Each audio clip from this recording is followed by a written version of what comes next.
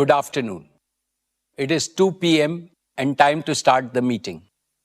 I welcome all of you to the 48th Annual General Meeting of the company. This meeting is held through video conferencing in compliance with the circulars issued by the regulators.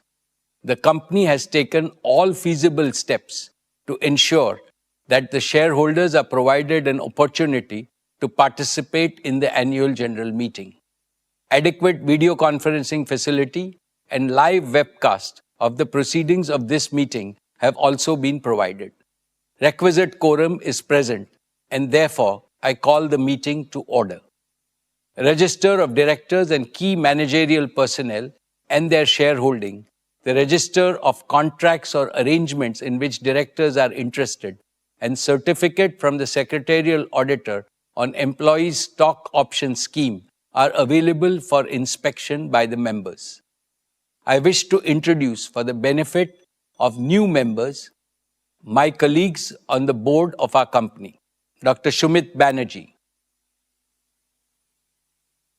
Srimati Arundhati Bhattacharya,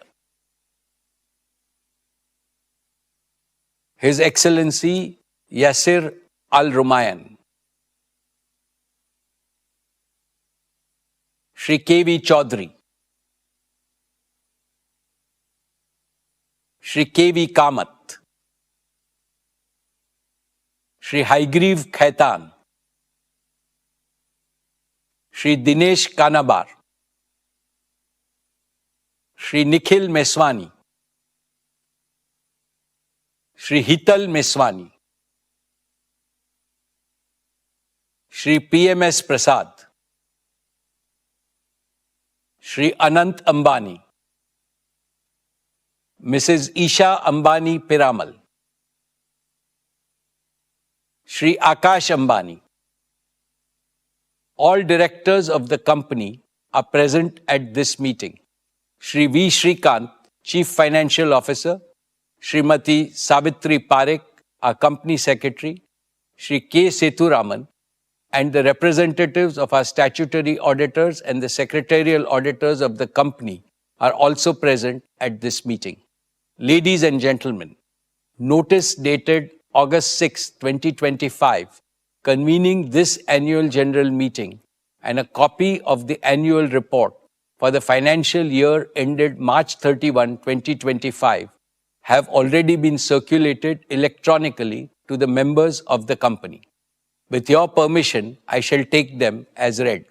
The auditor's report on the standalone and the consolidated financial statements and the secretarial audit report of the company for the financial year ended 31st March 2025 do not contain any qualification, reservation, adverse remark, or disclaimer. Accordingly, these reports are not required to be read out as provided in the Companies Act 2013. Now I will begin my formal address to the shareholders. My dear share owners, Namaste and a very warm welcome to the 48th Annual General Meeting of Reliance Industries Limited. We meet today on the most auspicious occasion of Ganesh Chaturthi. Lord Ganesh has arrived in our homes and in pandals on our streets.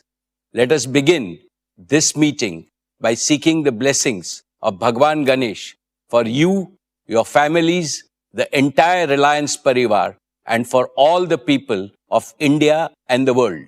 Friends, the global economy today is navigating through an era of great uncertainty. Geopolitical tensions are rising, volatility is persistent, and predictability is scarce. The world is realizing that conflict produces no winners, whereas cooperation ensures shared prosperity. When nations cooperate, trade flows freely, investments flourish, and everyone wins. In today's interdependent world, the prosperity of each country is inseparably linked to the prosperity of all. Paradoxically, while uncertainty surrounds us, humanity also stands at the threshold of a golden age in the 21st century. an age defined no longer by scarcity, but by superabundance and super affordability for all the 8 billion people on this planet. This has become possible because of the convergence of three powerful technological transformations. Breakthroughs in clean energy are unlocking a future of abundance, sustainability, and security, raising hopes for overcoming the climate crisis. Breakthroughs in genomics promise dramatic improvements in cure of diseases, longevity, and overall health. Breakthroughs in artificial intelligence and allied deep technologies have already begun to boost productivity, efficiency, and human potential to unimaginable levels. Because of the miraculous power, AI can now be called the new Kamdhenu, the divine wish-fulfilling cow of our age. At Reliance, we see these three convergent transformations not as distant possibilities, but as immediate opportunities for India. Therefore, we are building the world's most advanced clean energy ecosystems. We are expanding into the frontiers of digital health, life sciences, and genomics. And we are developing AI as a new growth engine besides embedding AI across all our businesses from retail to telecom, from energy to entertainment.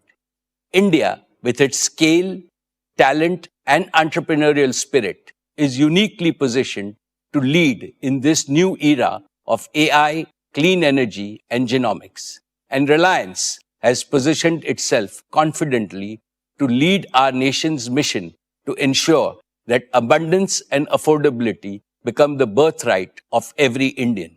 This is our solemn promise. Friends, the possibilities created by these new technologies are तो रिलायंस